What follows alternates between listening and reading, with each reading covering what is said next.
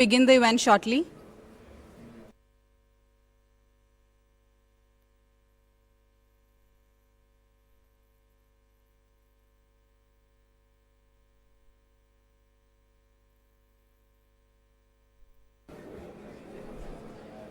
I would also request everyone to kindly put their phones on silent in the meantime.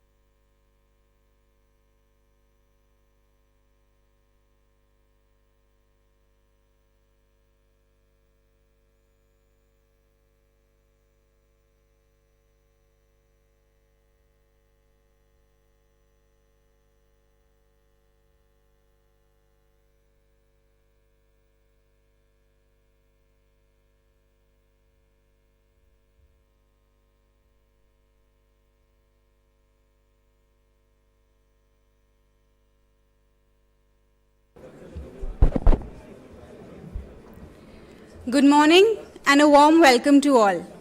Our Honorable Chief Guest, Dean, our industry guests, faculty, my fellow batchmates, and the live audience on YouTube. I request everyone to kindly put their phones on silent as we begin the event. I am Astha Pundhir, President of Artificial Intelligence and Analytics Club at BITSoM, and it is my privilege to welcome you to a landmark moment in our institution's journey. The inauguration of BRAIN, the BITSoM Research and AI Innovation Lab. BITS School of Management draws strength from the legacy of BITS Pilani, a legacy of scientific rigor, entrepreneurial spirit, and societal impact. From our very own Mumbai campus, we carry this tradition forward into management education, preparing leaders who can think strategically and build responsibly. In that very spirit, we turn to the frontier that is shaping every discipline today, artificial intelligence. AI is no longer a distant dream. It is a technology transforming operations, finance, marketing, HR, and beyond. Its power calls for responsibility, thoughtful problem framing, diligent data management, and measurable outcomes. At BITSoM, we regard AI as not just another buzzword, but as a discipline to be practiced with integrity. This energy is powered by Prequel, Artificial Intelligence and Analytics Club of BITSoM. Over the last year, our students have run hands-on workshops, launched the AI Edge newsletter, and collaborated on case competitions. Today with BRAIN, that momentum finds a dedicated home. On this momentous occasion, we are honored to have with us our chief guest, Mr. Viswanath Ramaswamy, Vice President and Technology Leader of IBM, along with Mr. Pankaj Rai, Group Chief Data and Analytics Officer at the Aditya Birla Group, Dean Saravanan Kesavan, Professor Kashyap, and Professor Srinivas, and a guest from the industry. This event today reflects BITSoM's vision for AI, and in that very spirit, it is my privilege to invite Dean Kesavan to deliver the welcome address. Professor, may I request you to address the gathering?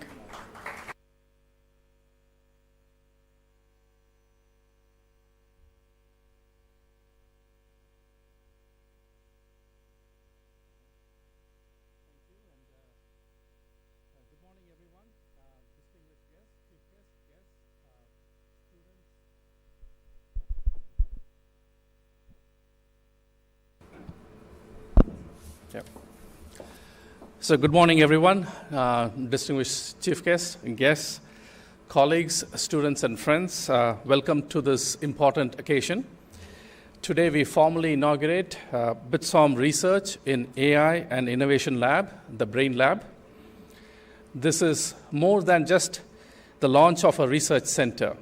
It is a commitment, our commitment, to shape the future of business education and business practice in a world where AI will be everywhere.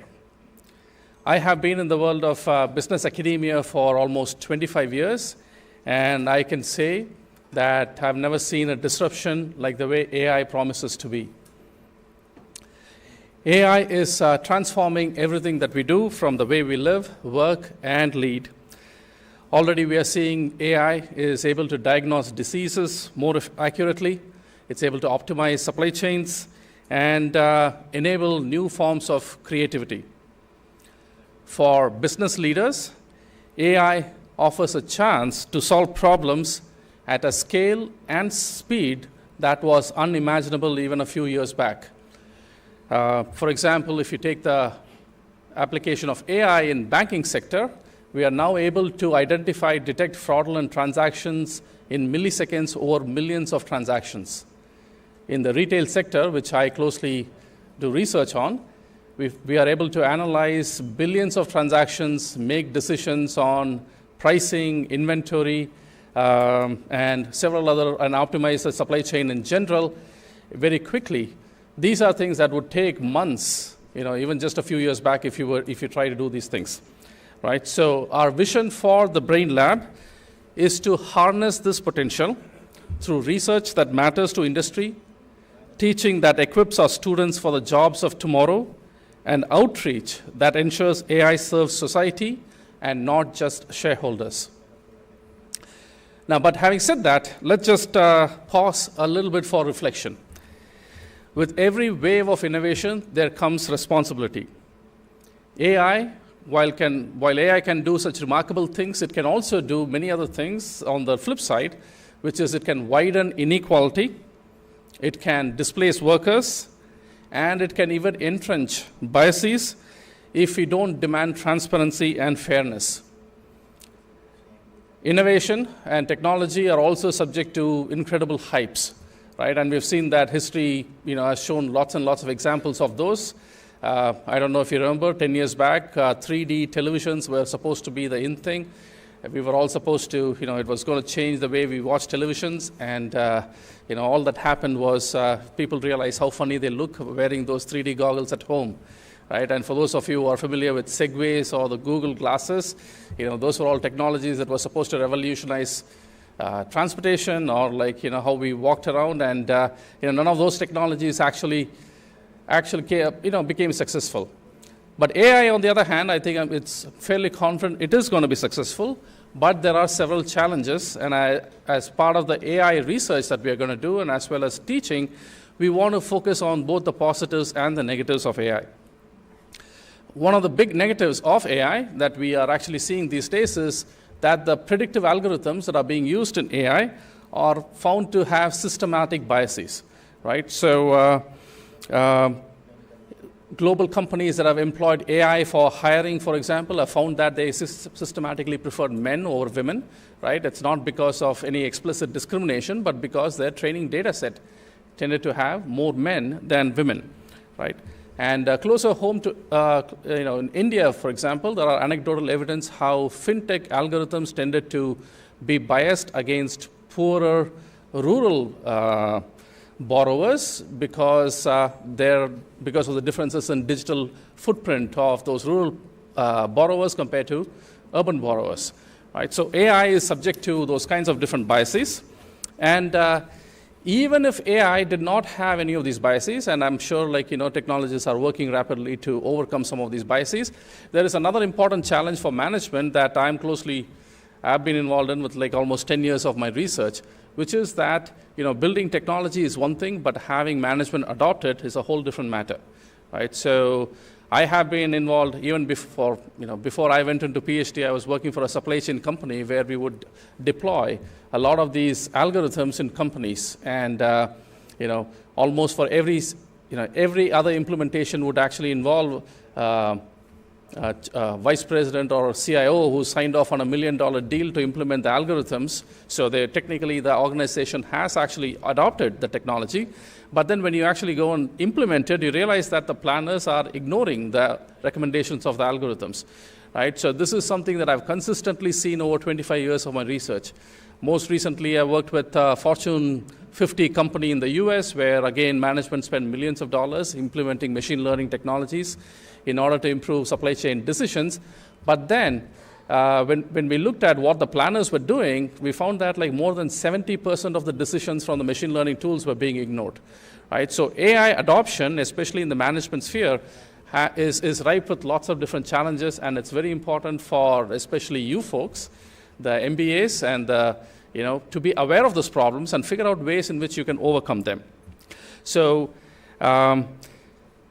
as business educators, we want to prepare leaders who will ask hard questions. Those questions should be first of all, should you even build this AI?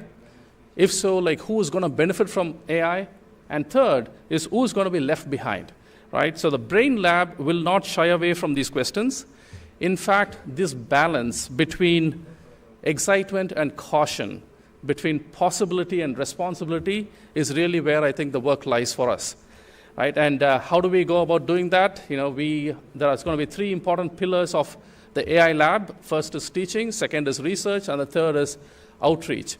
One of the important components of teaching is, we are going to build a repository of use cases on AI. We want to train all of our MBA students on those use cases.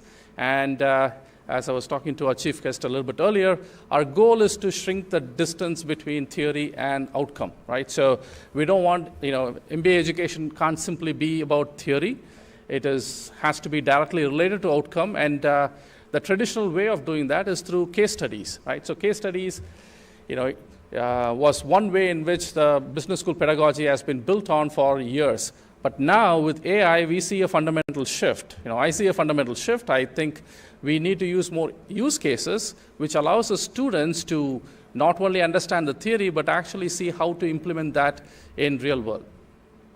The second important, so as part of that, we're going to build a repository of use cases for all of you to learn. So the vision going forward is, if you're going to be, a finance major who wants to work in the BFSI, there should be 50 to 100 use cases that you can get trained on in the AI lab. And then when you go into your workplace, you can start adding value to your employees right away.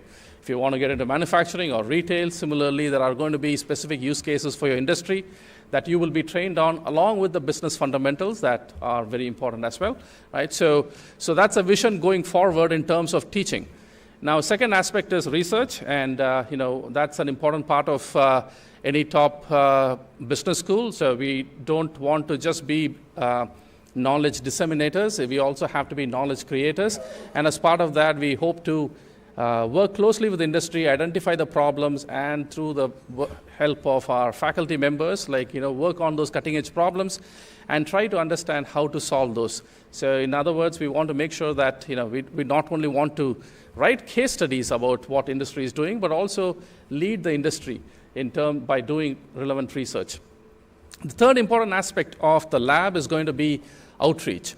Right? So this repository of use cases that I mentioned is, one of the important decisions we made is these repositories that we're building is going to be freely available to all colleges, right? And the reason we want to do that is because we think that AI is a fundamental technology and it has to be available freely for everybody. So the use cases will be available to other colleges, and so the impact of the Brain Lab will not just be, it will not be restricted just to BITSoM, but for the entire world.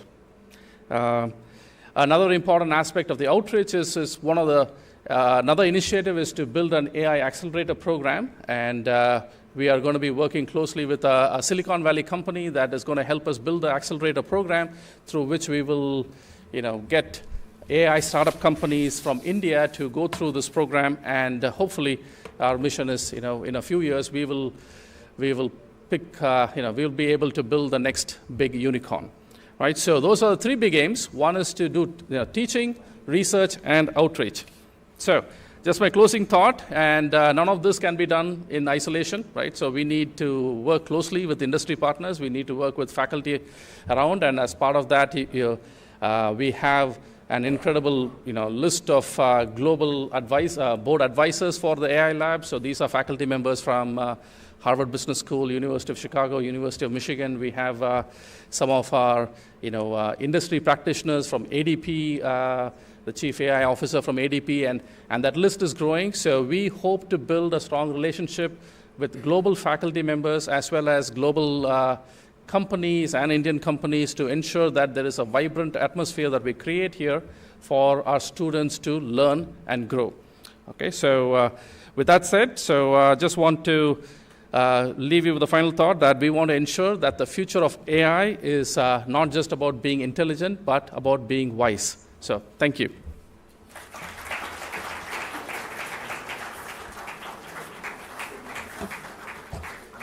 I want to now introduce our chief guest. It is my pleasure to welcome Mr. Viswanath Ramaswamy, Vice President, Technology, IBM India and South Asia, to BITSoM for the inauguration of the Brain Lab.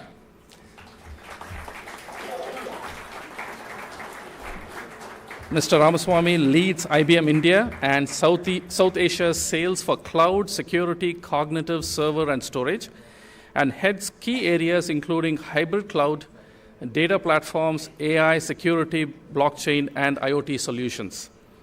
Over a career spanning more than 2 decades with IBM, Mr. Viswanath Ramaswamy has held several leadership roles, delivering exceptional growth, building deep client relationships, and embedding transformative technologies into business solutions. He's also served at EMC India as Director for Partners and Strategic Alliances, overseeing their complete channel business in India and SAARC. Mr. Ramaswamy is an MBA gold medalist from Symbiosis Center for Management and HRD, Pune, an engineering graduate from BITS Pilani. Mr. Ramaswamy combines technical expertise with strategic vision. His leadership embodies innovation, collaboration, and excellence. Please join me in welcoming Mr. Viswanath Ramaswamy to the stage as he delivers a keynote address. Thank you. Thank you. Thank you. Okay, thank you very much, Professor Kesavan, and good morning to all of you. And it's indeed a privilege for me, I would say, as an alma mater to come here, not alma mater of BITSoM, but BITS Pilani. But it's indeed a privilege, and a hearty congratulations to the entire BITSoM faculty, distinguished guests, and the students for what I would call it as a momentous occasion. And I really like the acronym of the BRAIN out here. It was really intriguing, and it was pretty, as I was reading it, it was pretty good in terms of establishing a brain lab. And I'll take few of the cues what Mr. Kesavan really mentioned in terms of AI, right? IBM is, and it's just not about IBM as technology, as industry transforms, and we saw different eras and waves in the tech industry, right? We saw the era of the PC era. Probably many of you would not know that, but probably people older like me could probably see that as well. We saw the era of the PC way back in early 80s, where it was ruled by, I would say, typists or typewriters, right, which really revolutionized that technology, right, at that point of time. And then you fast forward that, and it came to the era of the client-server computing. Many of you would know this as well, as technology shifted. People started doing business, and the dot-com companies used to evolve in late 90s, early 2000s kind of thing. And that was another revolution by itself. And then again, fast forward, and we saw an onslaught of cloud really coming into play in terms of I have these spikes of these technology requirements, and how do I adopt cloud in a big way? And that was a cloud wave which really came in. And then in the parallel was a universe which is where every organization and the industry, just not the tech industry, name any industry, be it the banking industry, be it the insurance, retail, probably even automobile, manufacturing, and so on and so forth, including government institutions, went through this parallel universe wave of digital transformation. And you see this widespread across any industry, right? You would hear every company digitally transforming in this. So, and then now is the wave of generative AI, agentic AI. I would kind of coin them everything under one single umbrella called AI, which is really transforming to the next revolution or the evolution of how businesses are going to be driven, right? The reason I'm drawing these parallels is every era has really transformed the industry on two counts. One, it has really transformed industries into generating probably new revenue streams, right? For example, the dot-com era really gave a very different revenue stream of ease of consumption, right? And the way of doing business, the birth of internet, right? And the second is primarily in terms of experience to consumers and population at large. Imagine you standing in a queue for paying your utility bills versus doing it just on your mobile, right? It gave a very, very different experience. And the third and the most important was how do we improve the productivity of the human mankind at large, right? I know this is pretty, and Ms. Kesavan really pointed out as well, right? AI, jobs, layoffs, and all of that. So I wouldn't want to get into that controversial topic per se, but what it does is it's always improved the productivity of the human mankind, right? Imagine when PC really came in, there was a fear that what would happen to all the typists, right? Because the only form and shape is stenographers and typists who were using the typewriters those days. What will happen to them? Because they're skilled in that, they transform themselves into a new skill, right?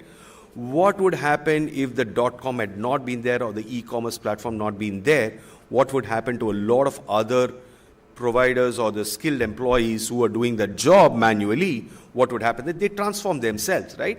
It's only helped improve the productivity of the human mankind, right? And that's for the good, not for the bad, right? So every era or evolution really transports us to the next level of productivity, right? So you build in new revenue streams, you have extreme client experience or consumer experience, and third, it enhances the productivity of the human mankind per se, right? And that's what AI as an era is really doing it, right?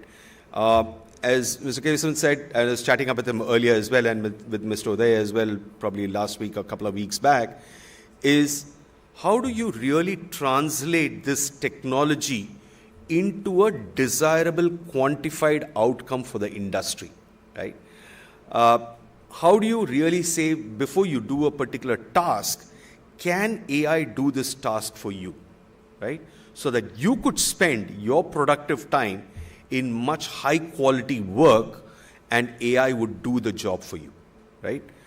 That's the first question. And that's how organizations today are not digitally transforming, but they are asking the question that am I a AI first organization or is AI a post facto thought? Organizations who are thinking of AI as a post facto are left behind, because AI is a tool or a technology which is at the tip of the spear to really transform organizations and give that competitive advantage. And I'm sure a lot of you have read of Michael Porter, The Competitive Forces. I'm sure I'm not sure whether those books are still being read today, but I used to read those, and I still continue to do that. But this would be one of the real lethal force which will fast forward organizations to the next level, right? So the question you really ask yourselves, and whichever organizations you're working and industry is working is, are you an AI first organization or are you a plus AI organization, right? And that's a material difference, and you should ask that to all of yourselves that before you do any job or a task in hand, right? So that's very, very important. And the second most important while we set up this brain lab and all of that is in terms of AI is as good as the data, right? More often than not, we have these shiny objects and shiny tools which is available for us. Hey, this agent can do this job for me, and you would feel really, you would have that instant gratification. But then if the data on which the AI is going to be trained on is junk, you're going to have a junk output, right? So as you build on tools and use cases using technologies on AI, it's equally very important for you to have intense knowledge about the data platform as a technology, right? Gone are the days where I would say that people need to learn programming languages and syntax to code millions and zillions of lines. Probably AI can do the job for you. AI can actually do the job for you today, right? You just need to test that code. That's about it, right? But you don't need to learn the programming language. So as much as AI is useful, it's equally important for you to have a deep knowledge of the sources and the data platform per se, because as they say, garbage in, garbage out is what AI could do, right? It's you train the AI with the wrong data, it's going to give you wrong answers, right? It's as straight as it can get, right? So that's a very, very important, and I always quote this, there's no AI without IA, right? There's no artificial intelligence without information architecture, right? If you don't have a robust information architecture, you're not going to do that. The second most important thing is in terms of the point what Ms. Kesavan mentioned, and we were chatting earlier as well, is the responsibility of use of AI. And that's very, very important. There are, like security, there are good actors, there are bad actors, right? So you always have a world divided into two, right? You use AI responsibly with all fairness and deep governance without any hallucinations or biases is what is equally important as you embrace AI in a very big way, right? I'll just give you a small example.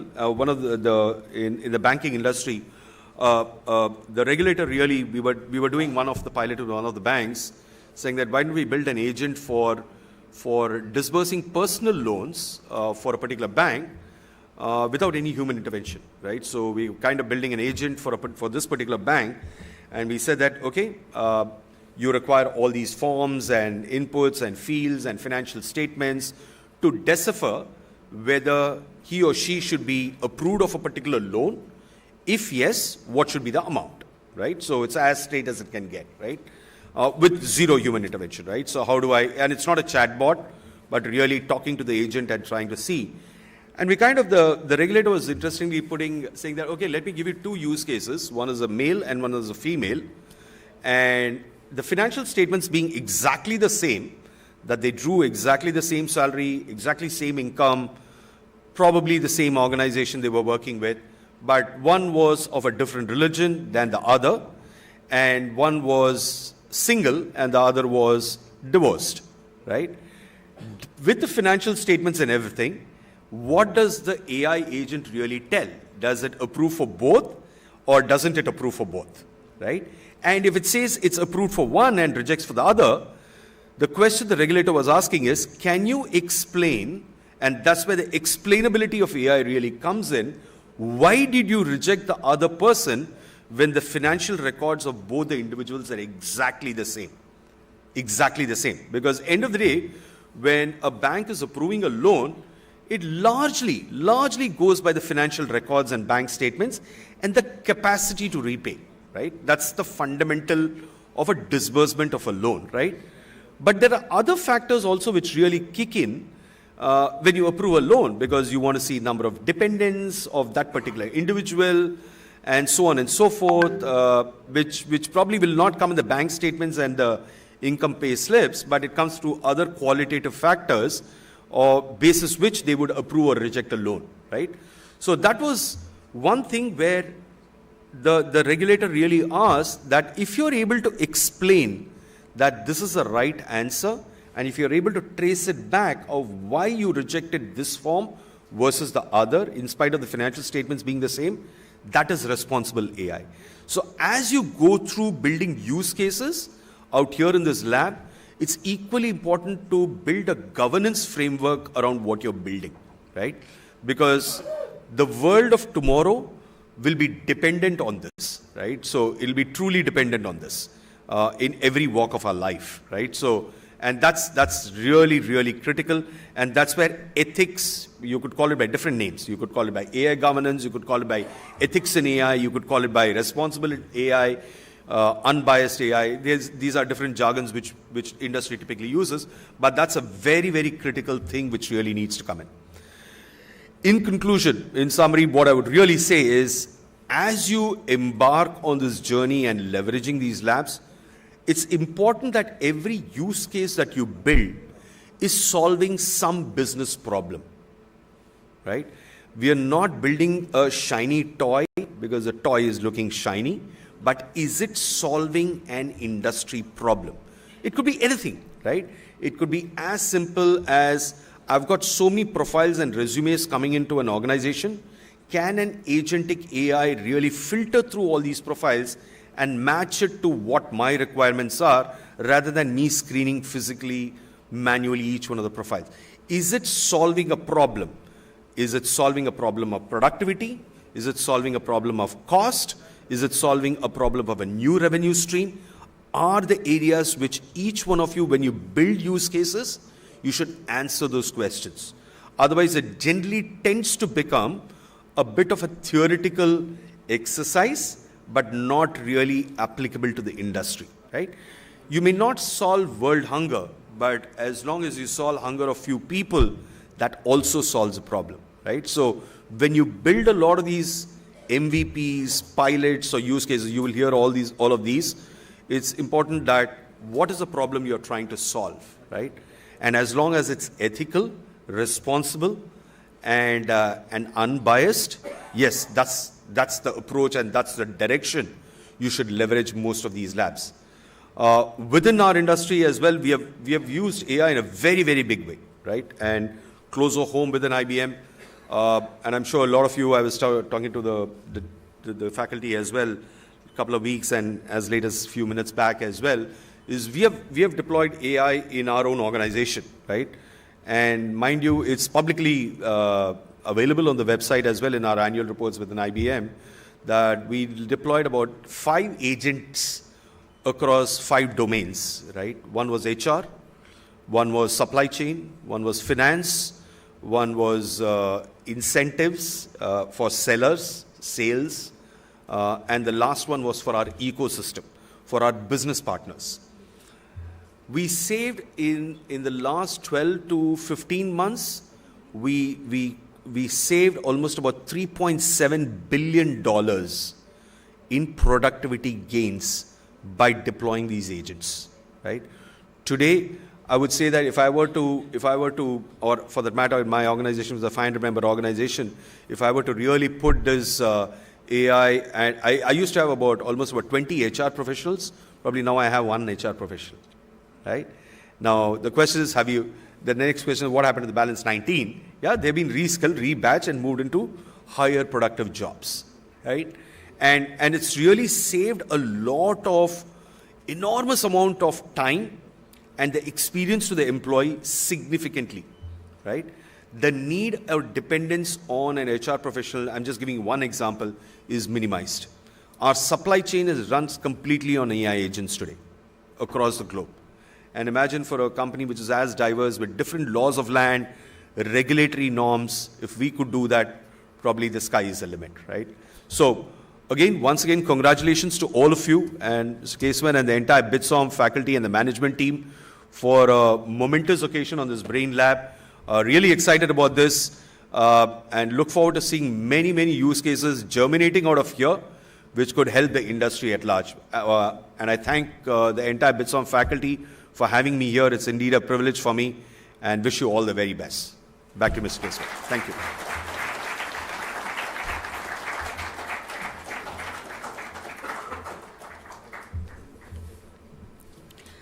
Thank you, Mr. Ramaswamy, for such a clear and pragmatic view of where AI is creating value and where our responsibility must keep pace. Your remarks definitely sharpen our agenda for the lab and for our students. Building on that perspective, we now turn to the blueprint of the lab itself, its purpose, its capabilities, and how each of us can participate. The BRAIN Lab is being led by Dr. Srinivas Pingali, who is an adjunct professor here at BITSoM, having authored best-selling case studies, books, specializing in teaching digital-first subjects. Prior to his role here, he was a professor of practice at IIM Udaipur and Mahindra University School of Management. He is also a visiting faculty for corporate executive education at ISB. Dr. Pingali migrated to academia after 3 decades of corporate experience. He has held senior positions in organizations such as the Tata Group and Accenture, where he was a partner. Dr. Pingali was also a part of leadership teams of 2 successful entrepreneurial ventures, Spectra Mind and Quattro.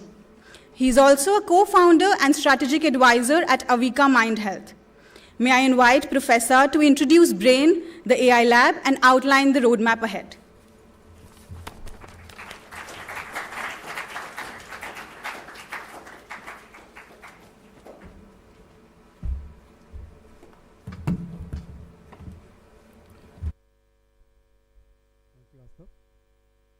It feels awkward to be the only person using a PowerPoint today, but someone had to do it.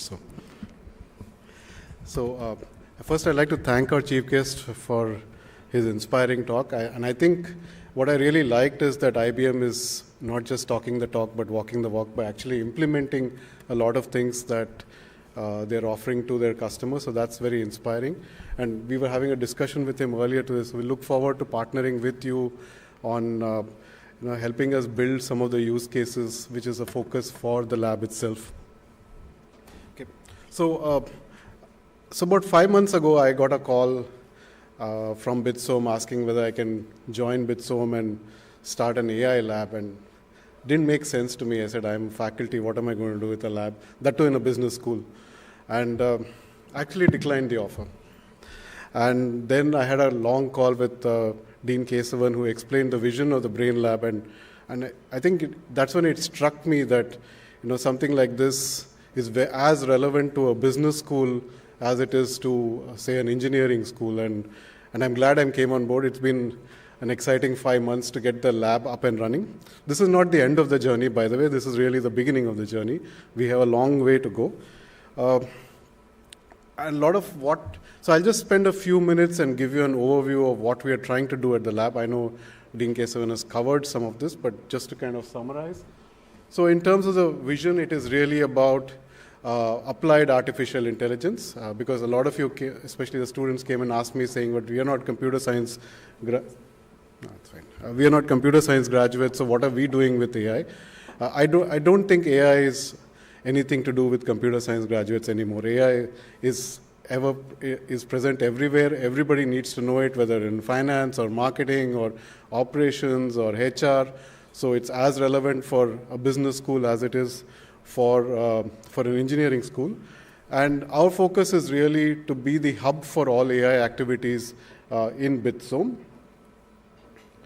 We have 4 pillars, as Dean Kesavan mentioned. The first is academic research. Obviously, as a business school, that's a primary focus for us. So we're looking at doing several activities, including tying up with some practitioner journals and also providing grants for faculty and researchers who are looking at doing some research in the field of AI.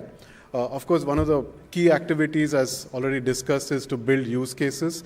We have an initial set of about 10, 15 use cases, and we'll keep building on this. And the idea is that to eventually open it up, not only to our students, who are obviously have access to it right away, but over a period of time, we also open it up to to students and other folks from outside BITSoM.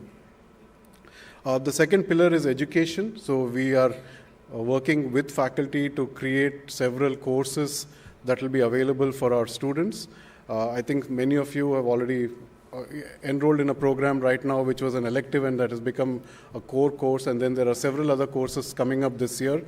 We've also partnered with some external organizations to launch AI-related courses, so AI in product development, AI in marketing, which are open programs which go beyond the walls of BITSoM.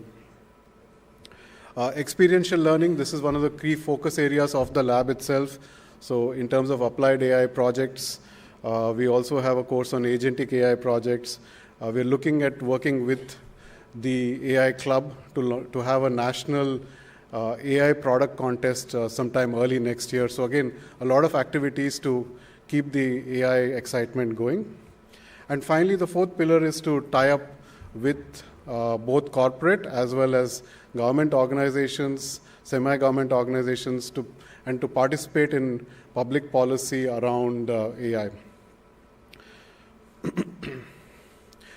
We have several distinguished advisors and collaborators from leading universities in the world, so that will ensure that the knowledge that we are bringing into the lab is something that will be the best in class from around the world. We are also partnering with Aditya Birla, GDNA, on a lot of activities. So we have fantastic support from these advisors who are around the globe.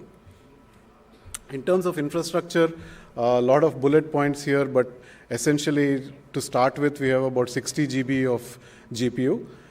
For those of you who are not familiar, that's a lot of processing power for a business school. So I think there's plenty of processing power available. We will soon roll out for our students, we will roll out the processes by which you can access the lab. You don't need to be physically in the lab, you can access it from anywhere on the campus. So we'll be rolling out the procedures through the AI Club in terms of how you can book time and how you can use the lab for various activities. So that's really a summary of the lab. As I told you, this is not the end of the journey. The inauguration is really the beginning of a journey. And we look forward to working with all of you as we go through the rest of this academic year. So with that, I think we head off to the lab, and then we should be back here in about 15-20 minutes. Thank you.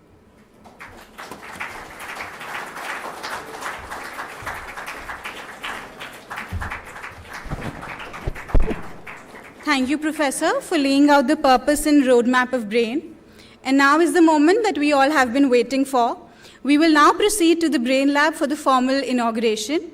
May I request Dean Kesavan, Mr. Ramaswamy, Mr. Pankaj, Professor Kashyap, and Professor Srinivas to kindly lead the way along with our industry guests. For the rest of the audience, I request you to please remain seated in the event hall, and the inauguration and product demos will be streamed live on the screen. Thank you.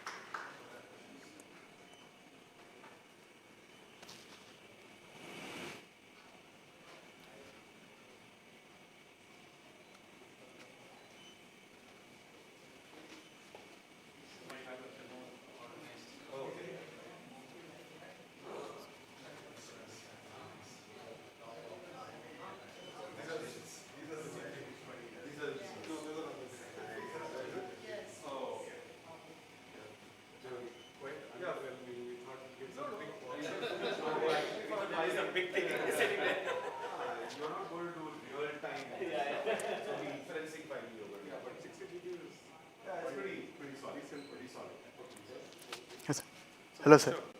Hello, sir. Good afternoon. We are honored to host all of you in our AI lab today.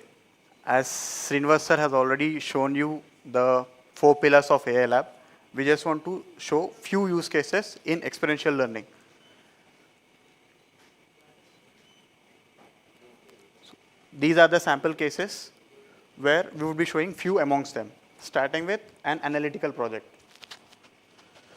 which is the first product of long-term collaboration between BITSoM and Aditya Birla Fashion Retail, ABFRL. As you know, ABFRL is into fashion industry, where consumer preferences like us and fashion trends change dynamically. So the business problem here is to understand what are the key apparel factors like color, fabric, pattern, etc., and the mechanism in which how they influence the profit, which is a regression task.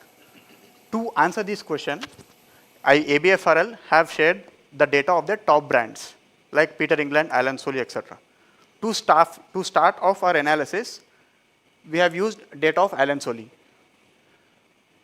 As you are well aware, to solve any of the machine learning problem, the first step is to understand and cleaning the data. To do so, as the cleaner the data, the better the model performs. So we want to show an input variable in our data set which has multiple classes like full, full sleeve, half, half sleeve. Without without standardizing the terminology, without cleaning the data, there would be an impact on the output. Post standardizing the terminology of these input variables and performing EDA, where calculating association between numerical and categorical variables and finding out what are the top states which contributes to the profit and per store profit as well. Then we moved ahead in building an ML model. As we are dealing with regression task, which is predicting profit, we have selected random forest, which is a bagging technique which builds multiple decision trees which run simultaneously. As the data is a bit more complex, we want to use an advanced model called XGBoost, which is a boosting technique which also runs multiple decision trees but runs sequentially, one after another, which learns from the previous mistakes. And XGBoost can also handle complex data.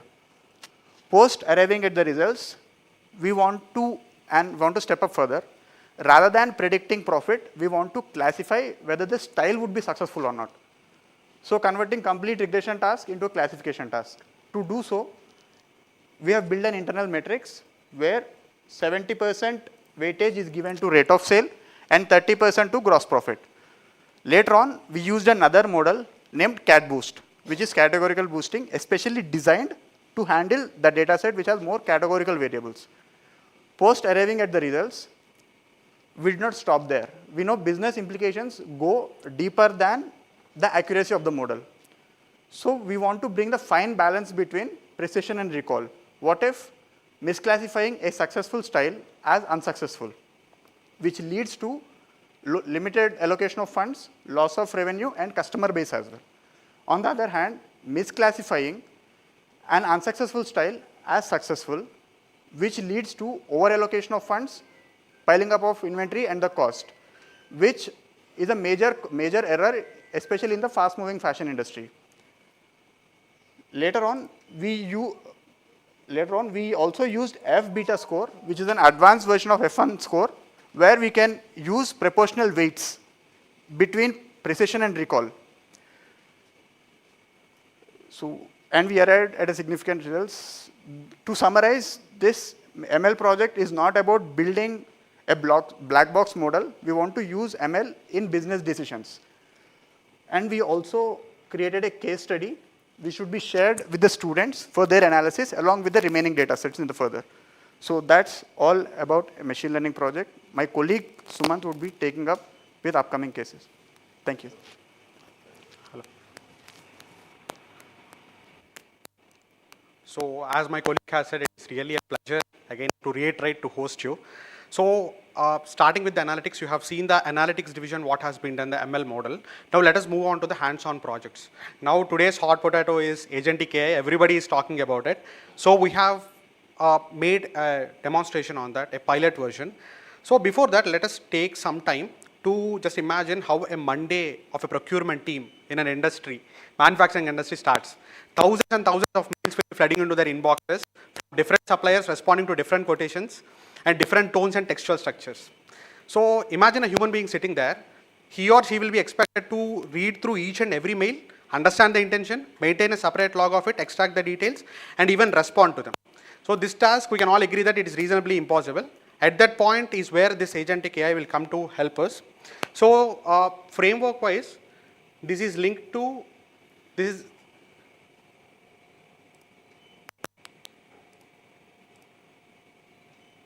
This is linked to the API of Gmail and Google Calendar.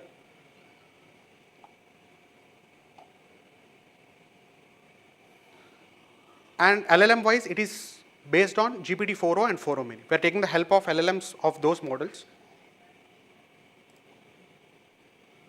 As you can see, just imagine that this is our mailbox. As a pilot version, we have just included 5 mails, which are of different tones and different meeting intentions, etc.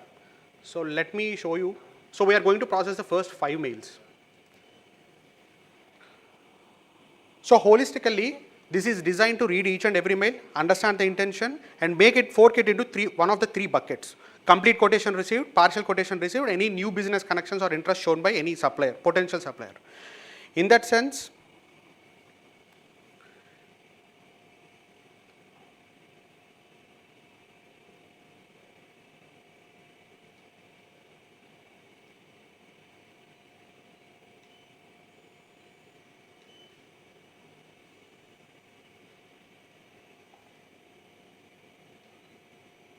as you can see, finally we get a complete tabulated format of what that mail is about.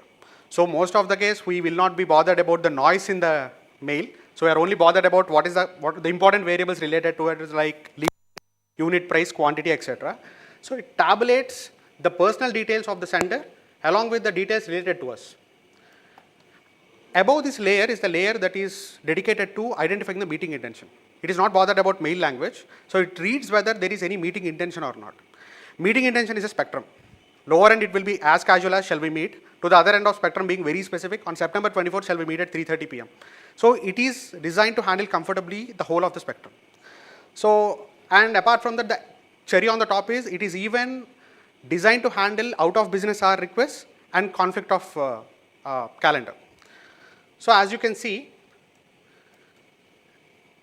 this particular supplier, Brandwork Technologies, has a meeting intention. They asked for a meeting.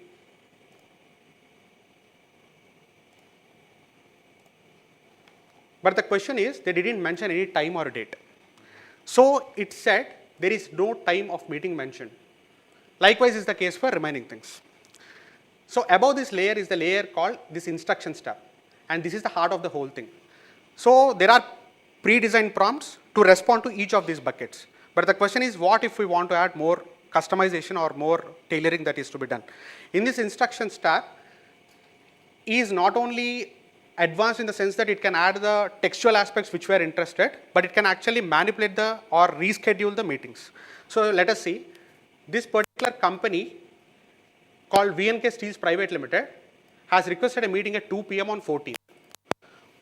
I might not be interested to meet them at 2, so I might just say,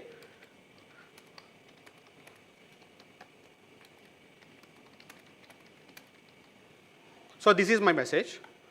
So I'll just say,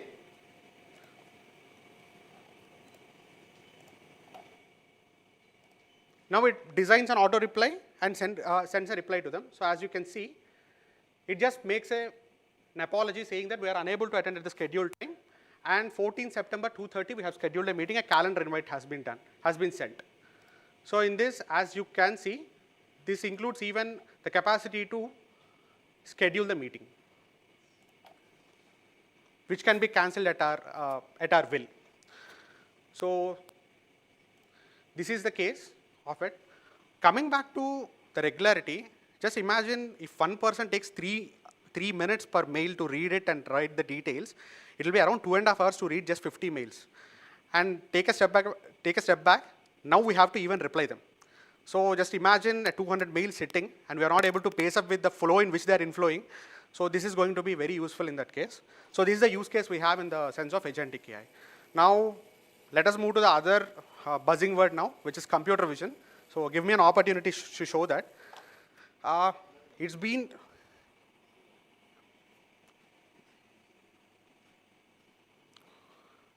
been some time that marketing has moved out of its definition. I'm not a marketing guy, pardon me for any errors. Marketing has moved out of just numbers. So it's all about, it's moved from transactions to relations now. So the latest thing we know is customer rating, the best we can get from the customer rather than just numbers that we see on the financials. So this is actually beyond that. It is a real-time capturing of emotions on the faces. Before showing, let me complete the textual portion of it because it's going to, let us keep it at the end because it is the climax twist. So the point here is, architecture-wise, it is built on OpenCV. It's an open source library of computer vision and several neural networks, which are little advanced like MTCNN. So, and the heart of it is vision transformer models. So when compared to the older CNNs or traditional CNNs, which are very much focused on local attention. So they can't understand what's the combination of an eye in a particular movement and mouth will denote. They only just identify what is a mouth and what is nose. So here it is both local region and global specification and global attention that is given. Combining this, it goes with that. I'll let my colleague to be the scapegoat now.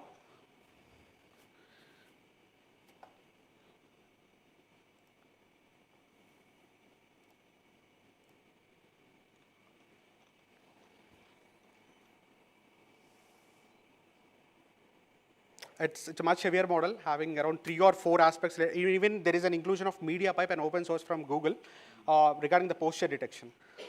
Yeah. So as you can see, the first model we are selecting is vision transformer.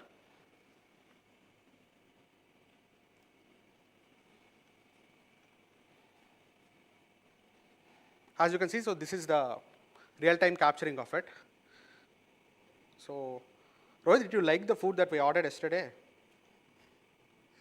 So it goes with the gesture recognition also, on what the gesture that is being shown along with it. Do you like to wake up early or? So this goes with that. Apart from that, it Rohit seems happy though.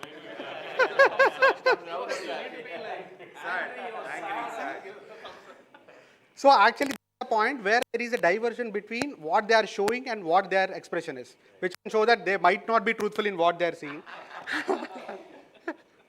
So it's not, and you know that it's not raining in Mumbai for last 2 days, 3 days. So this is more like a surprise element of that registered there. So this is how it goes. Apart from that, though it is not that much rated, we have gone for OCR recognition of real-time text that is there on the screen. So that is one of the textbooks from our library. So it just goes with that. So now we are going to integrate it with the web search, where it goes and gives us just a pair of what that object can be.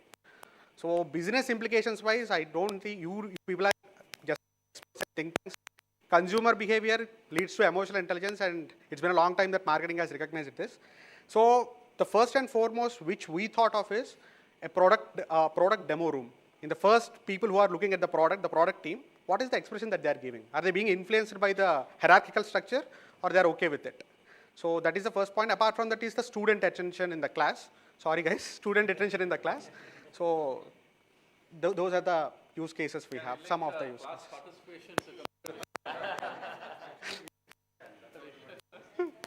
Will add more fairness to that market. Remember who asked the maximum question. So the biggest discussing on this is that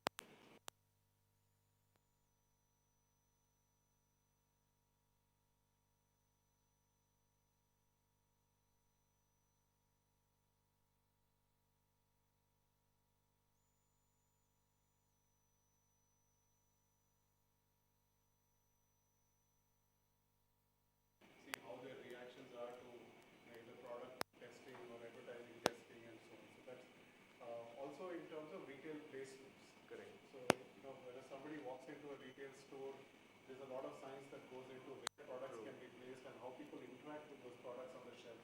So that could be another use case. Of course, we have to deal with all the privacy-related issues and all of that, but definitely in a research environment, market research environment, we can take the concepts, we can this, go walk through the slide, see, and then we record all of it, convert it to heat maps, and give the client some output in terms of how the reactions to those products or those promotions are. I think the other thing, the first example, the analytics with the YouTube viewers need to listen to yeah. So is it on? Yeah. Okay. So the first example is actually a very good one about how we want to collaborate with industry, and especially we appreciate the help of GDNA and Althea Birla Fashion Retail, because we actually got real data set, right? We created a use case, and we are hoping we'll be able to build more and more such use cases with actual data sets, working with companies, and so that the students can learn. So broadly, we're looking at it in two categories. One are where their data sets are available and we build case studies and students can come and practice on those data sets. The other are actually where you can build POCs. So for each one of these, we have built like a requirements document, a high-level requirements document. So students come take a look at that, and then they kind of go a little deeper. They do some research. They go a little deeper, and then we've also built kind of instruction sheets for them on how to build these products at a very high level. And of course, then they will receive guidance from the lab in terms of as they're building the products and things like that. So this, right now we have about 20 such use cases, and our idea is to build it to about 100, 200 use cases in the next year or so. Thanks. Thank you.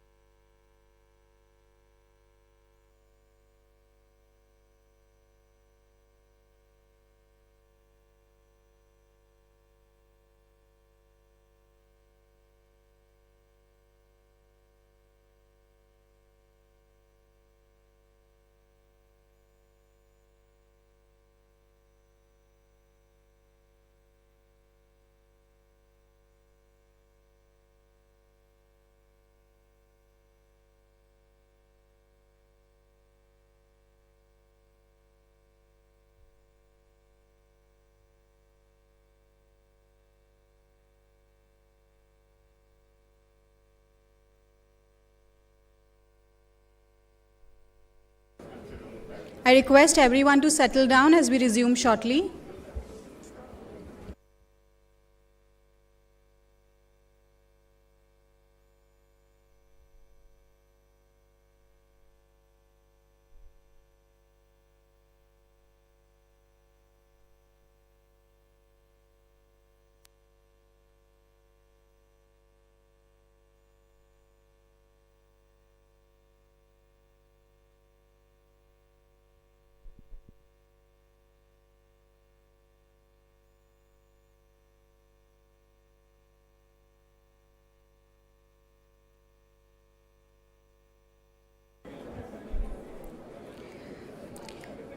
Welcome back, everyone.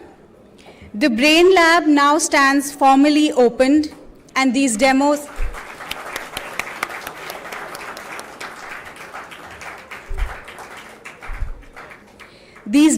offered a first look at the caliber of work it will enable. We now turn to a conversation that places this milestone in a wider frame: AI as a strategic differentiator, from business schools to business impact. The question before us is simple but consequential. How do institutions cultivate capability, and how do enterprises convert that capability into advantage responsibly and at scale? May I invite to the dais our distinguished panelists, Dean Kesavan, Mr. Ramaswamy, Mr. Pankaj, Professor Kashyap, to be moderated by Professor Srinivas. I am delighted to welcome Mr. Pankaj Rai, the Group Chief Data and Analytics Officer at the Aditya Birla Group. With over 3 decades of experience spanning consulting, banking, technology, and analytics, he has held leadership roles at organizations such as GE Capital, Standard Chartered, Dell, and Wells Fargo. An alumnus of IIT Delhi and IIM Ahmedabad, Mr. Rai has been at the forefront of driving digital transformation and building analytics capabilities across industries. At Aditya Birla Group, he leads the charge in enabling data-driven decision-making and building future-ready organization. Let's welcome him with a huge round of applause. We're also honored to have with us Professor Kashyap Kompella, who is a visiting professor of AI here at BITSoM. He is an award-winning industry analyst, best-selling author, and a trusted AI advisor. He is the founder of RPA2AI Research and AI Profs, advisory firms focused on AI, automation, and transformative technologies. Professor Kashyap works with enterprises, boards, governments, and venture capital funds on AI strategy, adoption, governance, and risk management. He is the author of Practical Artificial Intelligence 2019, AI for Lawyers 2024, and the forthcoming AI Governance and Regulation 2025. In 2021, Thinkers 360 ranked him as the world's #1 thought leader on AI. We welcome you, Professor. Professor Srinivas, the floor is yours. Thank you. I know you've been through a few panel discussions, but I think this is a very unique. Have a each one of them represents slightly different, maybe this will work, a slightly different perspective on the whole adoption of AI. So I'd actually like to start with Mr. Pankaj Rai. You represent the Aditya Birla Group, and the Aditya Birla Group is a very diverse group with, across manufacturing, retail, finance. Could you give us a sense of how Aditya Birla Group is looking at AI adoption, and how has the adoption been across these various industries, some of them being very traditional companies, some of them being more modern companies? Could you give us a sense of how Aditya Birla Group is looking at AI adoption? Sure. Let me give just some context because not many people are familiar with the group. So about $110 billion market cap, 40 of that comes from Ultratech Cement, 20 comes from Hindalco Aluminum, which also has a subsidiary in Novelis in the US. We have another 20 coming from Grasim, which is a diversified company, and then you have 12 billion coming from Vodafone. And then actually Aditya Birla Fashion, which a lot of people know of, is actually 3. And then Aditya Birla Capital, 2 listed companies, about 8.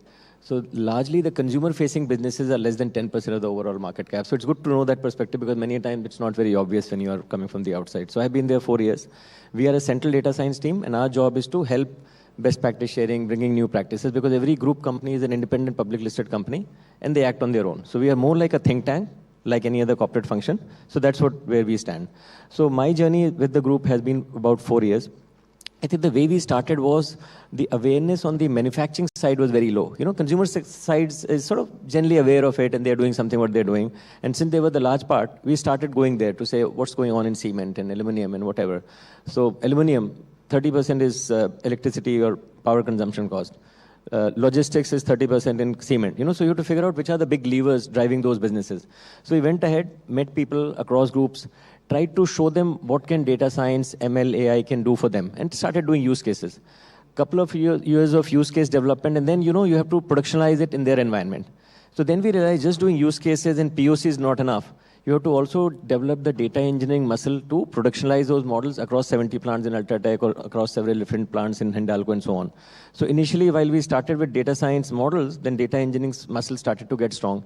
And then you have to transfer all of these to those businesses. So their talent and their capability building, their ability to spend money on taking it at scale started to show up, getting ecosystem partnership and so on. And then someone said, are these the most strategic projects we are doing or not? Net, long story short, last year we sat down and said, what is the framework that we can say across the group makes sense? So I used to be a Six Sigma guy in G. In those days, Six Sigma used to have a framework called DMAKE, Define, Measure, Analyze, Improve, Control. Everyone used to use it. So we said, what's our framework to drive this data and AI culture? So we came up with what we call the 3W framework. So there are 3 layers: ways of thinking, ways of working, ways of doing. The doing part is very clear to everyone: data science, data architecture, data engineering. I think the other 2, which you can actually call change management, is the missing layer, which is not quantified or expressed and not talked about. So the middle layer, which we call the operationalization or the scalable layer, has got talent, funding, ecosystem, partnership, and adoption. So there are these 4 boxes that we are trying to demystify, create framework, create approaches, create best practice so that people understand. The top layer, the thinking layer, is really strategy. Where do you derive which project is worth solving? Where can data and AI make sense? Research and innovation, and then AI maturity. So net, we have broken up this whole 3W framework into 10 building blocks. The 3 blocks at the bottom are codes which can be copied. The other 7 boxes are really frameworks and examples that can also be copied. So the idea is, how do you use 3Ws to take this culture across? And for our analysts, we are saying, don't try to be a full stack developer. Try to become a full stack human being, because you have humanities and commerce and science. They all have to come together, and you start with humanities, add commerce, and then come to science, versus start with science and try to do change management. So that's what our learning has been, still going on. No, thanks for that. I have some follow-up questions, but I'll come back to that.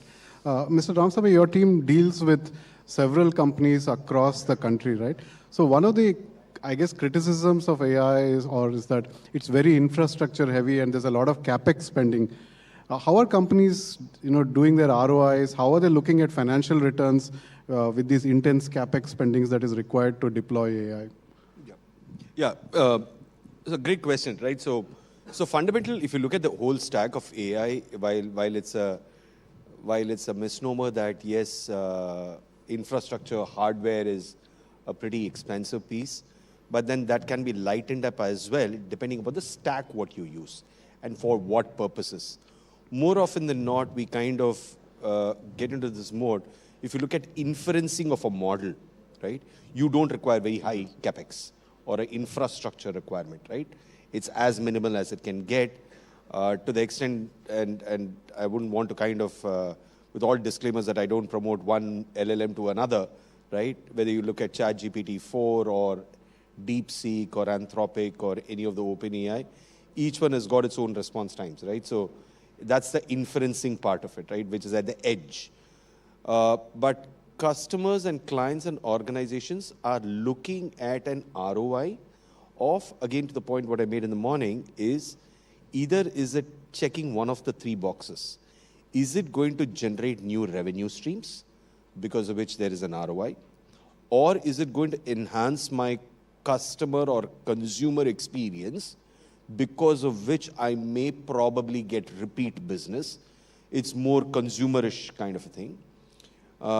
The third is it improving the productivity overall as a savings, right?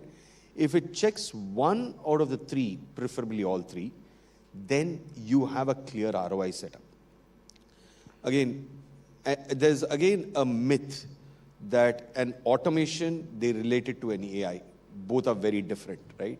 And again, I go back to the point in the morning which I said, some of the organizations are in this quote unquote the FOMO trip, that am I missing out something if I don't join the AI bandwagon?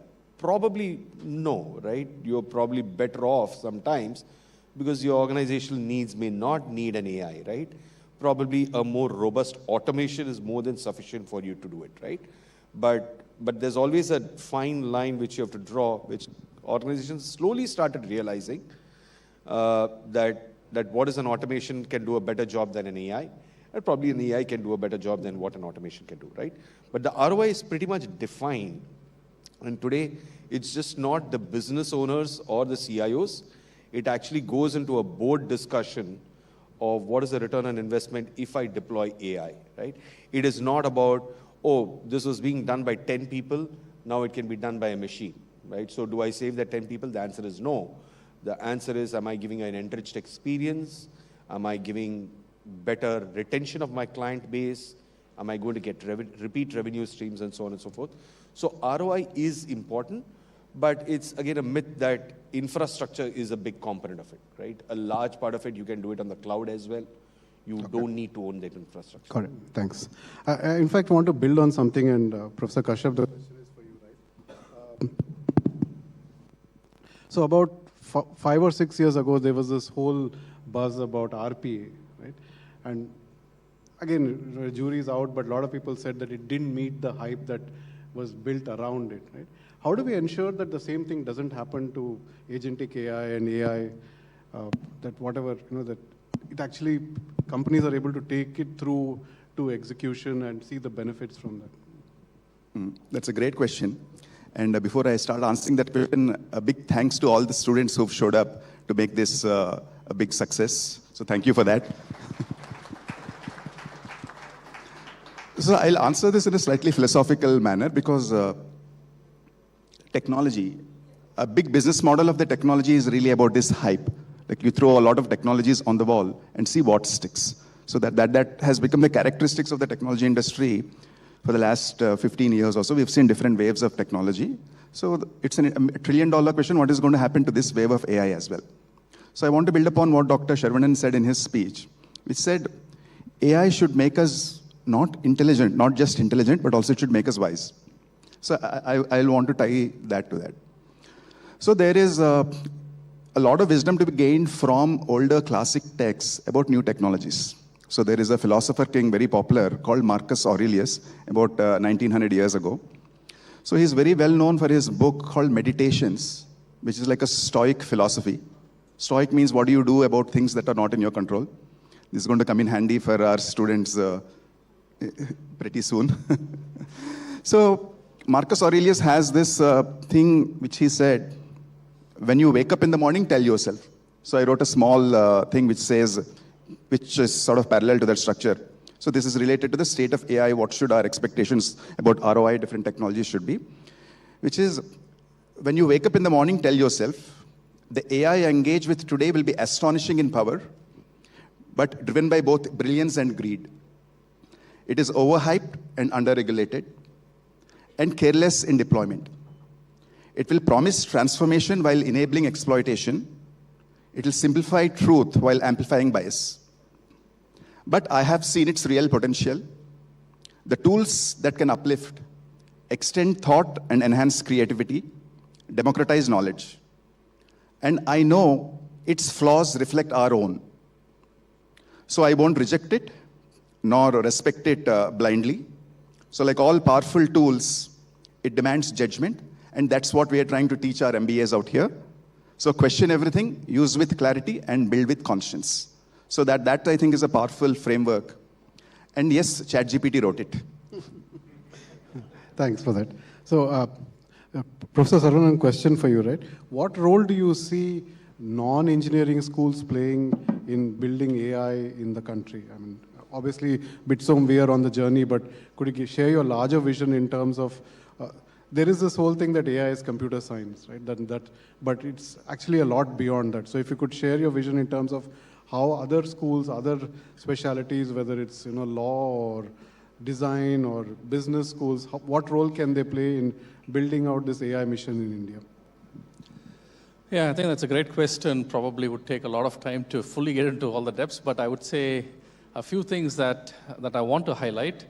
And first of all, this AI implementation problem is not an engineering issue, right? Even though the market cap of NVIDIA and all of these tech companies are like going into trillions of dollars, which are powered by engineers, mostly computer scientists, AI is not a computer science problem. AI is a societal problem, which means that we need lawyers, we need designers, we need philosophers, we need ethicists, we definitely need business managers, right? So I think this is a point where AI brings, it's a confluence point where you need the entire non-engineering folks also to come in and play a role.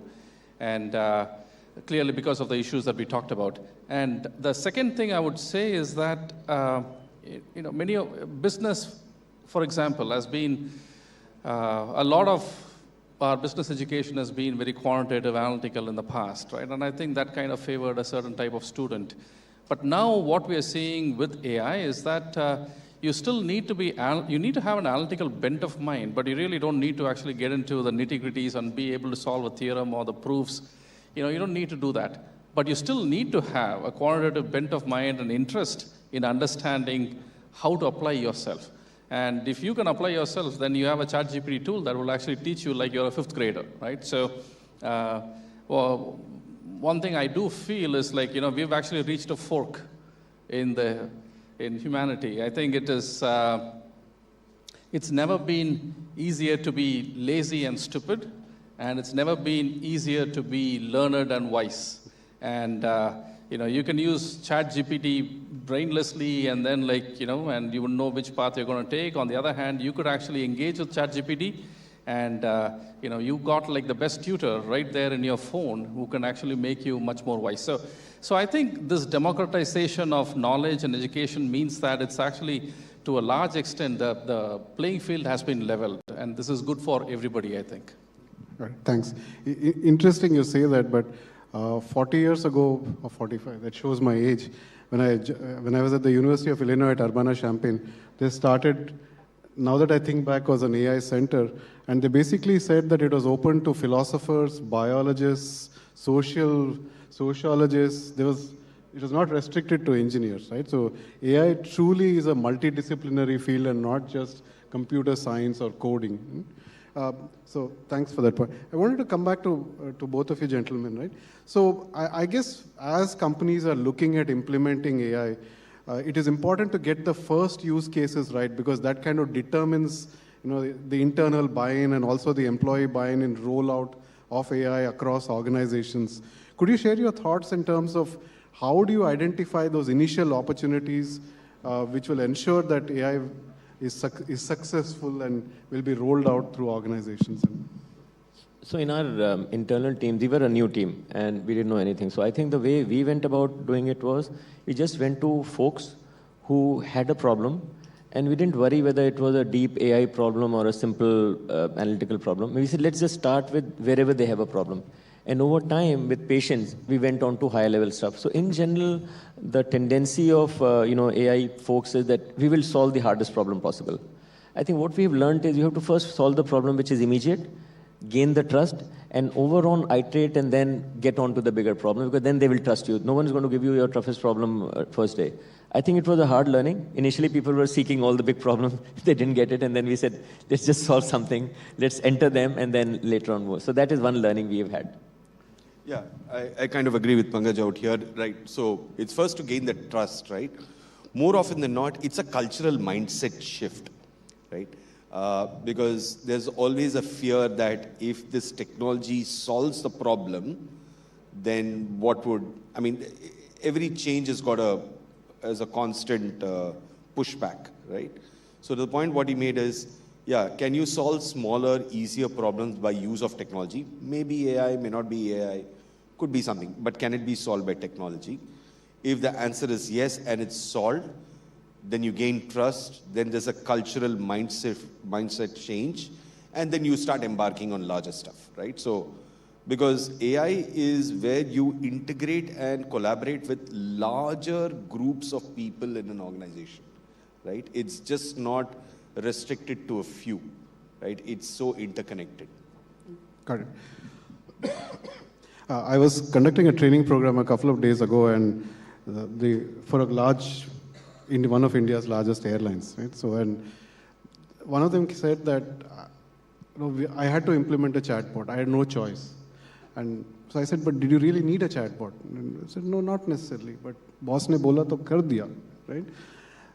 Is this something that you're seeing where there's a lot of pressure from investors and from top management to say you have to implement AI? And do you see some of that happening, and it's being done without a structure rather than having like a roadmap for AI implementations? Yeah, that's what I said, right? There's this FOMO trip which organizations are going through, right? Oh, wow, if I'm not embarking on the journey of AI, I'm missing out something. It's fine, right? AI may not be meant for every process and step, right? There are places where you need AI, you get the ROI, great, go ahead. Some places an automation can just do the same job much more simply, right? So I think over a period of time, I think in the last 2-3 years, organizations have now come to a resolve in their minds. And we have seen that with many organizations that, hey, AI cannot solve everything and anything. It's not going to solve world hunger. So we will have AI where it solves, and probably we'll live with what we have and probably do much more better, efficient way of working without AI also, right? So I think from an era, from probably 2.5 years back, if you ask, everyone wanted to embark on AI. And everyone would say that I'm also an AI-ready organization, right? So I think that's kind of slowly settling down. The realization is coming in. Got it. Thank you. I want to change topic a little bit and talk about ethics in AI. And maybe, Professor, since you have written several books on this topic, we can start off with you. But how do companies ensure that ethics is not, is included right up front rather than an afterthought as they're developing AI products or services within their organizations? So I think I probably am India's first AI ethicist. I've been looking at AI ethics since 2017. I wrote a column called AI Ethicist for about 4 years for a US magazine. I'm also India's first certified AI auditor. Like you talked about AI ethics, which is like at the beginning of the process.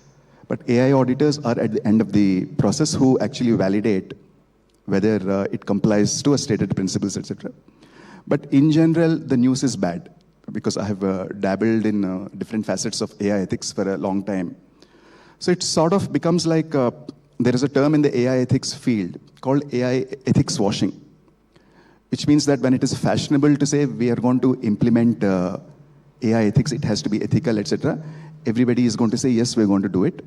So the big gap in practice is how do you translate these principles of AI ethics or responsible AI principles and move that into the software development lifecycle or AI development lifecycle.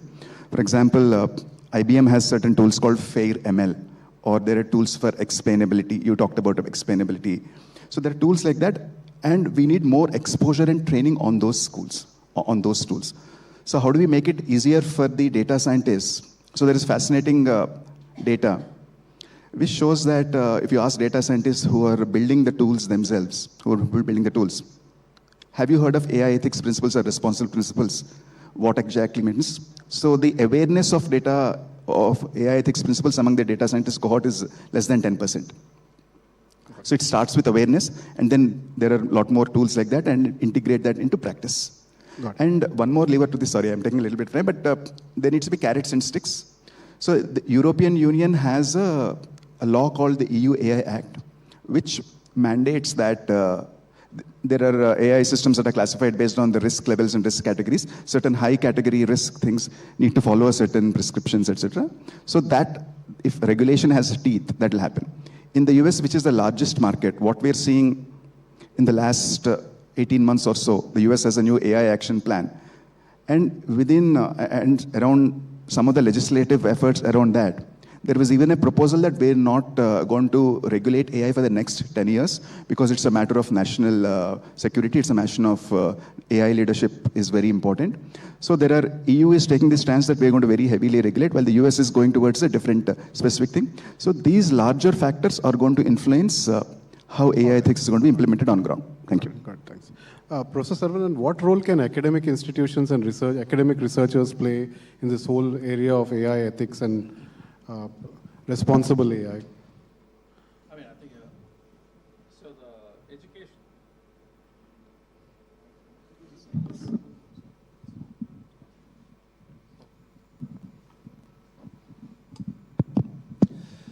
Yeah, AI, I mean, educational institutes have a huge role to play. I mean, after all, like, here, we are sitting in front of like about 160 students who are going to be the business leaders of the future. They are going to be leading companies for the next 30 years, right? So this is a huge responsibility. And I think that's one of the reasons why, we set up the BRAIN Lab, because we want to, in my mind, AI is not a done and dusted deal. It's not one of those things where I can unanimously say, like, this is all good technology, it's going to help everybody. That is absolutely not the case. There are going to be winners, there are going to be losers, and the decisions that the folks here are going to take are going to decide some of those winners and losers. So how do you actually go about making those decisions? I think, one of my favorite, frameworks that's always there, it's the triple bottom line. I think we don't want to be creating, another generation of, business folks who are just going to be like profit maximizers, going there and just thinking about like increasing shareholder value, right? So we do need to think about, the profit, but along with that, the people and then the planet, right? So this generation is going to be facing enormous difficult challenges in terms of sustainability, and of course AI is contributing. It can potentially contribute to positive and negative, right? So I think, as some of that AI, at the end of the day, what does an algorithm do, right? It's going to do what your objective function is, right? You're going to tell the algorithm to go and maximize something. And the question is, what is it going to maximize? We have built probably the most powerful tool ever in humanity, right? Are we going to use this tool to maximize our objective function that includes profit, people, and the planet? Or are we going to build an algorithm that is just going to maximize profit, right? So I think the folks here are actually, I believe, are going to be the next generation of leaders who are actually going to decide in which direction the algorithms and AI are actually going to go. So I think the responsibility of educational institutes is enormous. Thanks for that. Talking about educational institutions, I have a topic closer to home, and then we'll open it up to the audience. And really, I'd like all of you to respond to this. So what skills are you looking for when your teams are hiring young MBAs? Because I guess there is this whole thing that do I need to understand the fundamentals of AI? Do I need to understand the tools? Do I need to be able to build something? Is it a combination of all these three? So if you could give us your thoughts, your individual thoughts in terms of what skills are you expecting students from business schools to have in relation to AI as you hire them into your organizations? So alluding back to my 3W framework of why, how, what, I think we get the tech people, but we have to help them understand the commerce and the humanities of it. And that's what we are doing on ongoing basis through courses, through experiences. We also hire MBAs who have an engineering degree because we do need the basic core tech skill. So we started to do that, but initially we were just hiring engineers, and we were struggling because they were not able to comprehend what problem is worth solving, like Professor Kesavan said. I think the biggest issue is that problem good for the planet, good for the people, and then does it make profit? And many a time we don't have that thinking process in the engineering school to ask that question. And then does it even make money? So I think the commerce and the humanities is utterly lacking in our engineering education, and we all know that problems come in full stacks, and unless we make them realize all those three together, and that's what we are attempting to do. I think what we're really looking from the business schools students as well is, one is is there a comfort to use AI first, right? That's the first shift, right? It is, are you comfortable in using AI and adopting it and embracing it, right? So that's one part of it, right? If you're not there, then get started there, right? The second part is how do I build AI in my day-to-day operations? You can't build it for an organization. It's as people go into it, you start thinking that, can I build an AI which will help solve this problem, right? Frankly, there are so much technologies available today. I was just talking to Ms. Kesavan as well, otherwise, is we have technologies within IBM right now where I can just write it in English, that this is my requirement, and upload any document and say that build an AI agent for this. It would just code it. You just need to test it, so there's no need for you to know any language. It will choose the right LLM or SLM what is required. It will just ask you to upload the data set, train that LLM. Does it satisfy you in terms of accuracy? And boom, right? The amount of technical prowess you require to build that agent is slowly shrinking, the amount of technical prowess, right? What prowess is required is how does it help me in any one of the productivity or the 3 norms which I had given. If it doesn't, there are enough and more tools available for you to do this stuff, right? There are agents to write code for agents, right? So it's come to that stage now, right? It's truly a no-code, forget about low-code. It's truly a no-code era we are living in, right? So how do I apply my domain knowledge? Could be in marketing, could be in sales, could be in finance, could be HR, any one of them. Think about how can I marry AI to that domain, right? So it's important for people to understand domain, because AI doesn't understand the domain as much as you would understand, right?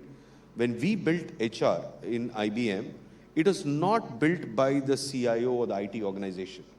It was actually built by HR professionals. So in IBM, we have built an AI organization within HR where they were domain HR experts who learned technology and built this agent, right? So it was not the technologists who built that agent, right?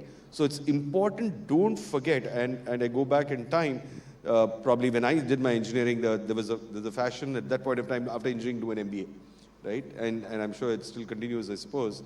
But when I did my MBA, I really forgot my engineering, right? So I did my civil engineering from BITS Pilani, right? So have I ever used civil engineering? And I keep jokingly saying that I'm still building bridges to my financial objectives. That's the only bridge I built, right? So there's more a lighter note.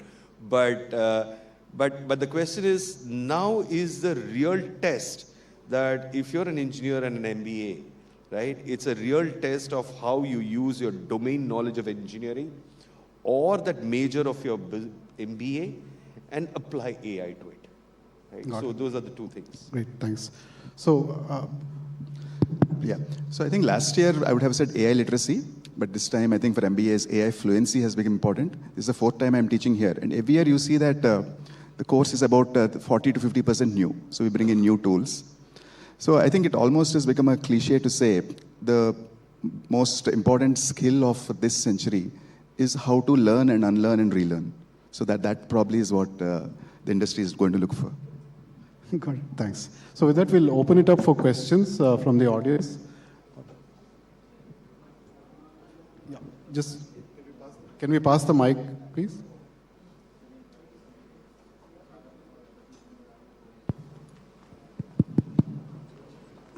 We'll take about 4 or 5 questions and then we will close the session.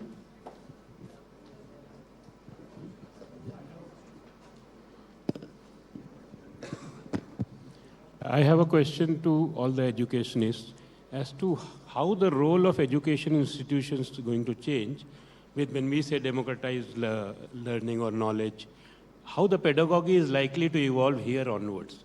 Because a ton of knowledge is already in the hands of the, let's say, the students or the learner in general. And secondly, does AI really lend into adaptive learning in a true sense? These are the 2 questions, if any one of the educationists can take it.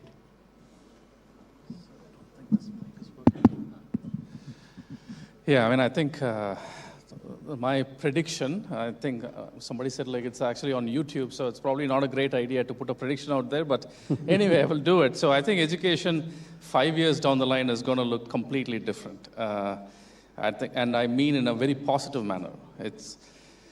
I remember it's the ability to learn, like I said, and teach is the highest. So one of the philosophies that we have at BITSoM, all the resident faculty, over the summer, we got together every week and we said, okay, let's reskill. This AI thing is new for all of us.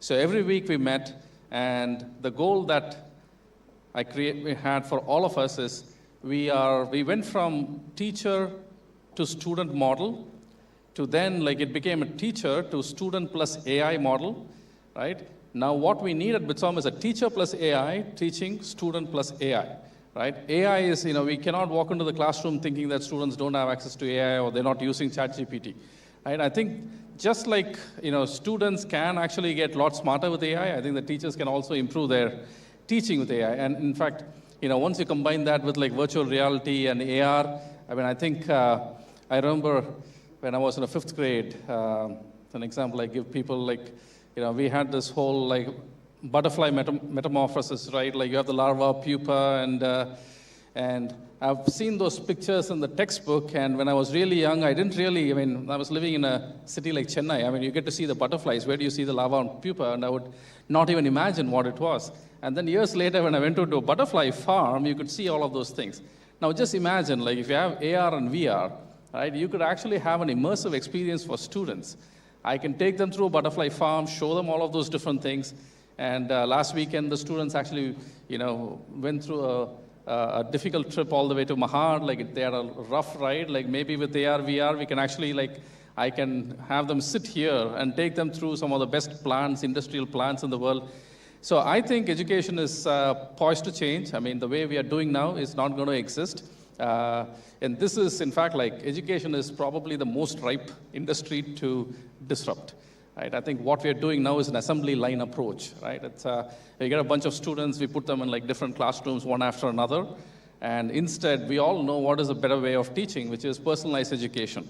Right? So we have 160 students. Some students are great in math, some are okay in math, some are afraid of math, some are great in some other topic, creativity. So, but yet, because of the way we've been doing pedagogy, we've actually continued doing this assembly line approach, and that is going to change very soon, is my prediction. So this will play a role in personalized adaptive learning, each student being treated as... Absolutely. And classroom education is for the middle 60%. Top 20, bottom 20 don't really gain anything. Yes, already, we are seeing these tools, AI tools are being developed for employees at this point, where you can actually interact with the AI tool to understand what are the gaps in your learning, and then the AI tool will suggest remedial courses for you, right? So, and I see that movement getting stronger and stronger, and students should have highly personalized education. Thank you. Let's get some questions from the backbenchers.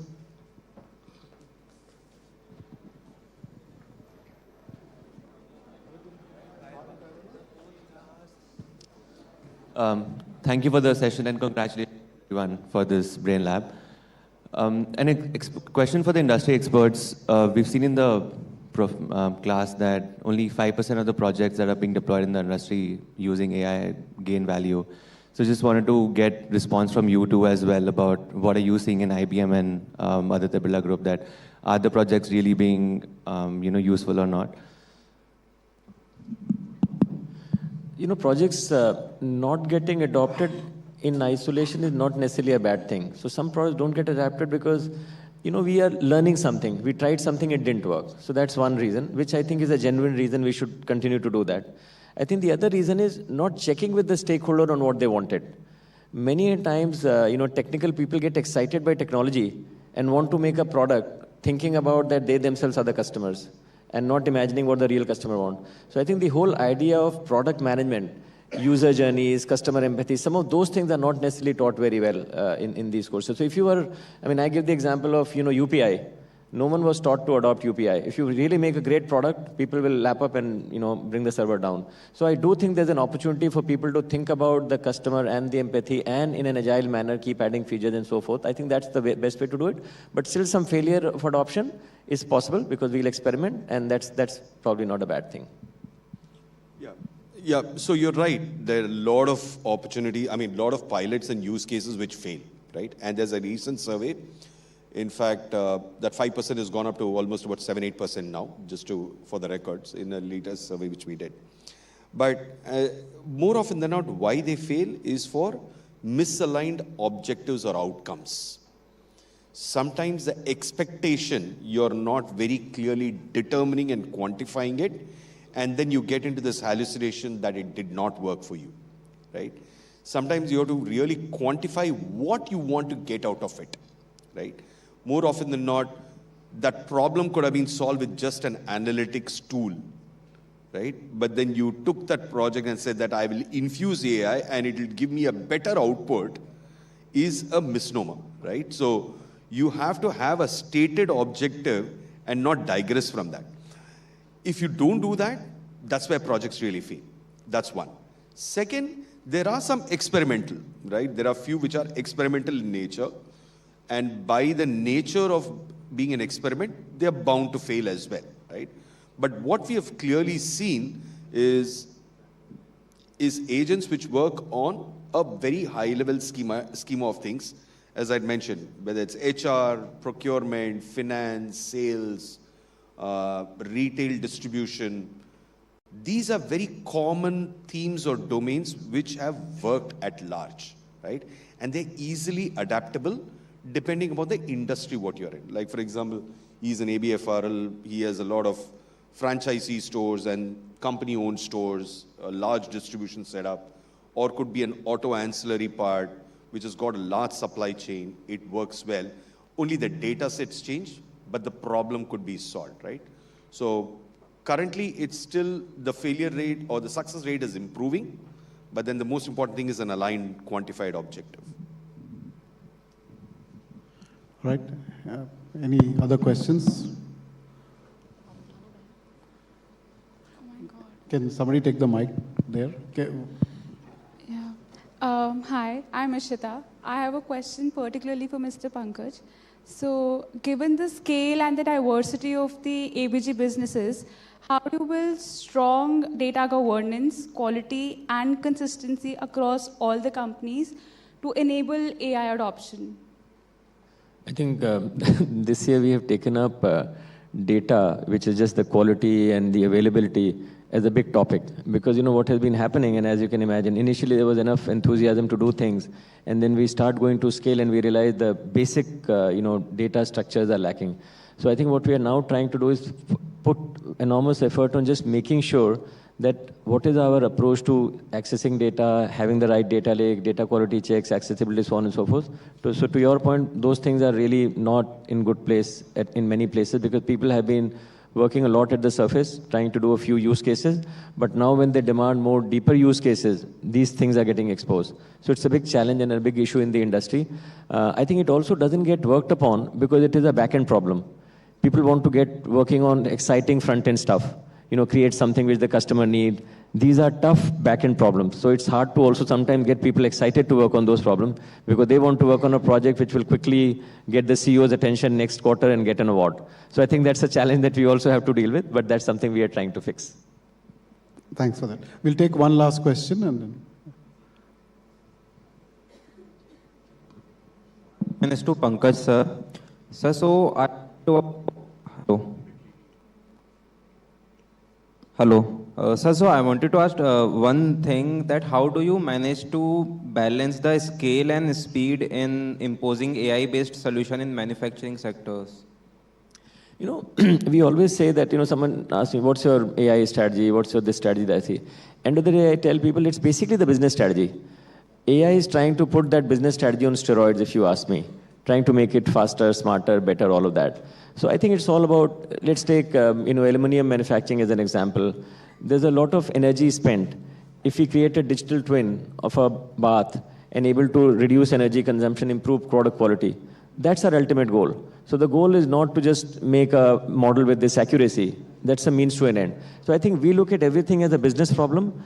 Our data and AI solutions have to make it better than what it is. In many cases in Ultratech manufacturing, the OEM tells you that this machine will have this throughput because they have optimized something. Through AI, we have figured out that you can get a bigger throughput. But a regular operator will not experiment because there's a fear of failure. So I think there are many, many such use cases we are trying to experiment, figure out how we can do better than human judgment. Similarly, there's a procurement problem. You know, you are procuring coal from so many sources, so many grades, 70 plants have to be fed on a weekly basis.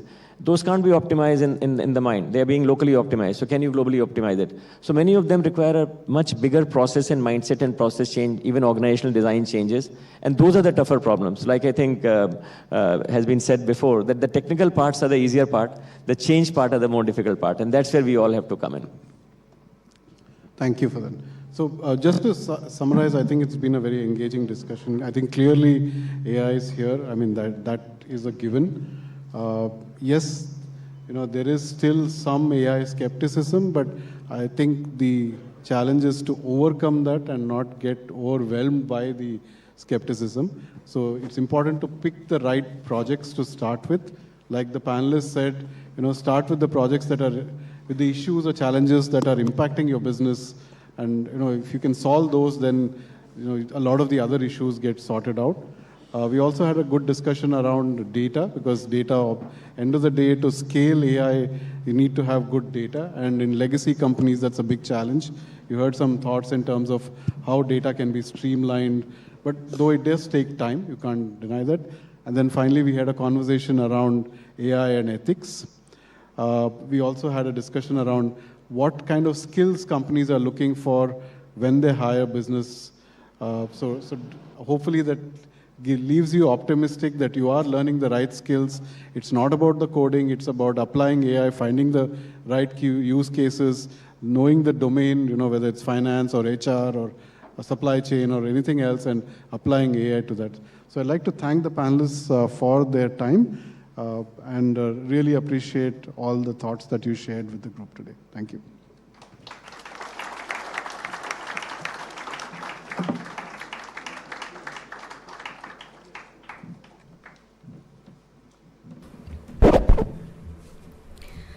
Thank you, Professor Pingali, Dean Kesavan, Mr. Ramaswamy, Mr. Pankaj, and Professor Kashyap for such an illuminating discussion.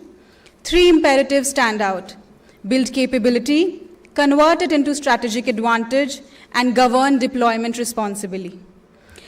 With that, as we move towards the end of the event, we have a very special memento for our guests, a commemorative coin of ₹60 issued by the Government of India on 60-year Diamond Jubilee of BITS Pilani University. I request Dean to kindly stay back on the stage and present a token of our gratitude to our honorable guest, Mr. Ramaswamy.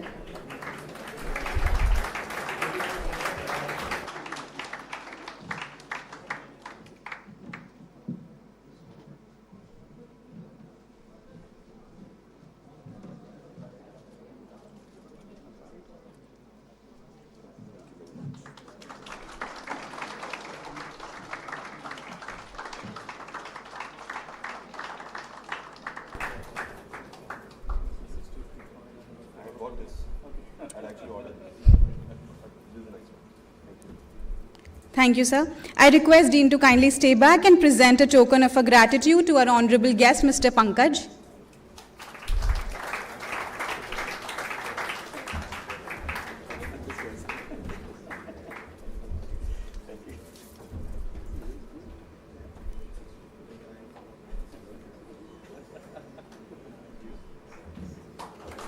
Thank you, Dean. I now request Professor Srinivas to present a token of our gratitude to Professor Kashyap.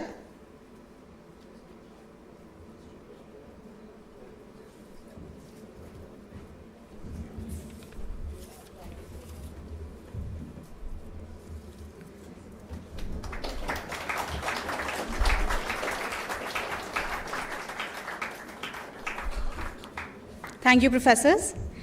On behalf of BITSoM, I extend our sincere gratitude to our chief guest, Mr. Ramaswamy, for sharing a clear industry perspective, to Dean Kesavan for anchoring BRAIN within BITSoM's mission, to Mr. Pankaj Rai and Professor Kashyap for adding such depth to the panel, to Professor Srinivas for his leadership throughout this initiative, to our industry guests and faculty for their steady encouragement, to our research associates and prequel members for today's demonstrations.